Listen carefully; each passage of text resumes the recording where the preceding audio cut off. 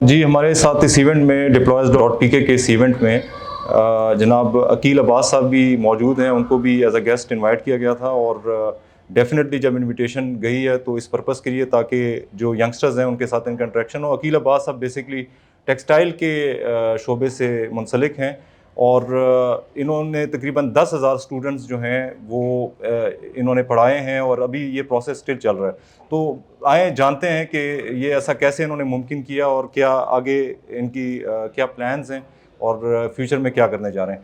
अकील अब्बास साहब, thank you very much हमारे साथ यहाँ पे आने का। जिस तरह मैंने आपके तारुफ में बताया आपके बारे में ब्रीफ इंट्रोडक्शन, वैसे तो काफ़ी कुछ बताया जा सकता था लेकिन आप आए भी लाहौर से हैं और स्पेशली यूथ के साथ इंटरेक्शन करने के लिए। मुझे बताइएगा कि आप किस तरीके से, आपने जिस तरह कहा कि 10,000 स्टूडेंट्स आपके हैं फेसबुक के थ्रू और आप उनको आगे स्किलफुल बना रहे हैं, उसके स्किल सेट को डेवलप कर रहे हैं, तो काइंडली इस पर ज़रा रोशनी डालिए। बिस्मिल्लाहिर्रहमानिर्रहीम। Thank you so much sir, आपने इतना तारुफ करवाया। बंदा नाचीज़ हूँ लेकिन अल्लाह ने किसी बंदे को चुन लिया होता है किस कामों के लिए। तो हुआ ये था कि बैक 2017 कोविड का बिल्कुल जब स्टार्ट ही हो रहा था, कुछ इस तरह की सिचुएशन बन रही थी तो पता नहीं था कि मार्केटिंग क्या होती है। क्योंकि मैंने ताल्लुक़ फैसलाबाद से बेसिकली बैक, तो मैंने जो इंडस्ट्री देखी वहाँ पे मैंने कहा जी क्लॉथिंग इंडस्ट्री है, कैसी इंडस्ट्री है जिसमें जहाँ पे मैन्युफैक्चरर बैठा है वहाँ से आपको स्टार्ट करना चाहिए। तो मैंने इंस्टाग्राम से स्टार्ट किया अपना। तो मैंने देखा कि यार अब चूँकि बहुत ज़्यादा रिस्ट्रिक्शंस हो गई हैं, अब जो है ना बहुत कंट्रोल हो गया, लेकिन 2017, 18, 19 में बहुत ज़्यादा जो है ना वो प्राइवेसी इश्यूज़ नहीं थे। तो मैंने क्या किया, वहाँ से स्टार्ट किया, पोस्टिंग शुरू की, तो मुझे आइडिया हो गया। तो वहाँ से हुआ ये कि ऑर्गेनिकली मैंने जाके अप्रोच किया ब्रांड्स के, और ब्रांड के नीचे जो लोग कमेंट्स करते हैं, बेसिकली इस डिस्कशन का मकसद ये होगा कि मैं बता सकूँ कि यार हो सकता है कि मेरी मोटिवेशनल से या मेरी सक्सेस से आपको 2, 4, 10 मिनट तक के लिए मोटिवेशन मिल जाए, लेकिन बताना ये चाहूँगा कि अगर आप करना चाहते हो तो कैसे कर सकते हो। तो मैं आपको पहले बताना ये चाहूँगा कि देखें, जितने भी सोशल मीडिया हैं यहाँ पे, जैसे उमर मुबीन भाई हैं, मेरे उस्ताद भी हैं, तो मैंने इनको देखा कि ये कर रहे हैं काम और माशाल्लाह बड़ी ही ज़बरदस्त तरीके से काम कर रहे हैं। तो पहला स्टेप ये होना चाहिए कि आपको पहले तो थोड़ा सा सोशल मीडिया की समझ होनी चाहिए, उस पर थोड़े से एल्गोरिथम्स को आपको आइडिया होना चाहिए कि यार ये वर्क करते कैसे। तो मैंने क्या किया था, मैं पोस्टिंग स्टार्ट की। तो मैंने देखा कि यार ये जो जिसमें मैं काम कर रहा हूँ वो था बेसिकली लेडीज़ क्लॉथ्स। तो बहुत सारे ब्रांड्स ऑलरेडी भी थे उसमें, जो जैसे मारिया भी है, सना सफीनाज, अभी हिस्ट्री है, इनकी ट्रैफिक काफ़ी थी, लेकिन मेरा तो बिल्कुल न्यू था। तो मैंने क्या किया, तो जो लोग इस पे लाइक और कमेंट्स करते थे ना, मैं इनके इनबॉक्स में पहुंच जाता था। अच्छा अच्छा अच्छा, तो जो लाइक और कमेंट करते थे मैं इनके इनबॉक्स में जाकर था, तो एटलीस्ट हमारा ना एक दफ़ा प्रोफाइल विजिट कर लें, तो तब उनके साथ आप पर्सनल हो जाते थे और इंटरेक्शन में आ जाते थे। वंडरफुल। तो उसमें से मैं तकरीबन जो है ना वो 100% को ना एक मैसेज बनाया हुआ था, जो एक टेम्पलेट सेट किया तो उनको भेजता था। तो उसमें होता ये था कि मैं थोड़ी सी कॉपी राइटिंग को जान गया था, कि साइकी को थोड़ा समझ गया था, तो मैं कहता था कि एटलीस्ट हमारी एक दफ़ा प्रोफाइल आप विजिट कर लें। तो हुआ ये कि जस्ट आफ्टर 15 to 20 डेज एक ऑर्डर आ गया।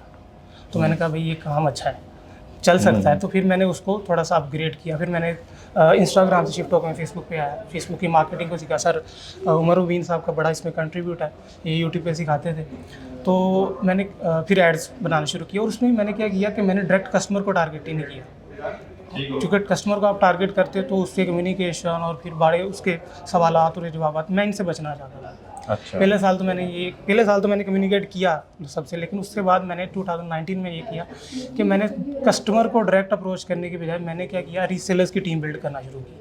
अच्छा। एड्स मैंने लगाई, जिसमें मैंने किया कि पूरे पाकिस्तान में मैंने एक ऐड रन की, जिसमें टारगेट किया पहली 5 जो टॉप की सिटीज़ है ना, क्योंकि एड्स का मकसद ये होता है कि अगर आप उनसे कम्युनिकेट नहीं कर पाते तो उस ऐड का कोई मकसद नहीं है। तो मैंने क्या किया, पहले 5 जो पाकिस्तान के टॉप सिटीज़ उनको टारगेट किया। मतलब एड्स को आपने 2 वे बनाया instead of keeping it just 1 way, कि आपका ऐड लोग देखें, तो आपने उसको 2 वे में कन्वर्ट किया। एग्जैक्टली, कि यार मैं कम्युनिकेट तो कर सकूं, जिस बंदे के पास मेरी ऐड जो कम्युनिकेट तो हो सके। अगर फॉर एग्जांपल मैं ऐड चलाता पूरे पाकिस्तान में, तो बहुत सारी लैंग्वेजें जो मुझे नहीं आती, जैसे पश्तून मुझे नहीं आती, सराइकी मुझे नहीं आती, तो उनको ऐड दिखाने का भी कोई मकसद बनता ही नहीं है। बिल्कुल सही। तो मैंने क्या किया, टॉप 5 सिटीज़ में मैंने जो मेन एरिया से उनको टारगेट किया। तो हुआ ये कि मेरे पास ना रीसेलर्स की टीम बनना शुरू हो गई, मेल फीमेल जो है, जो भी काम करना चाहते थे वो आ गए।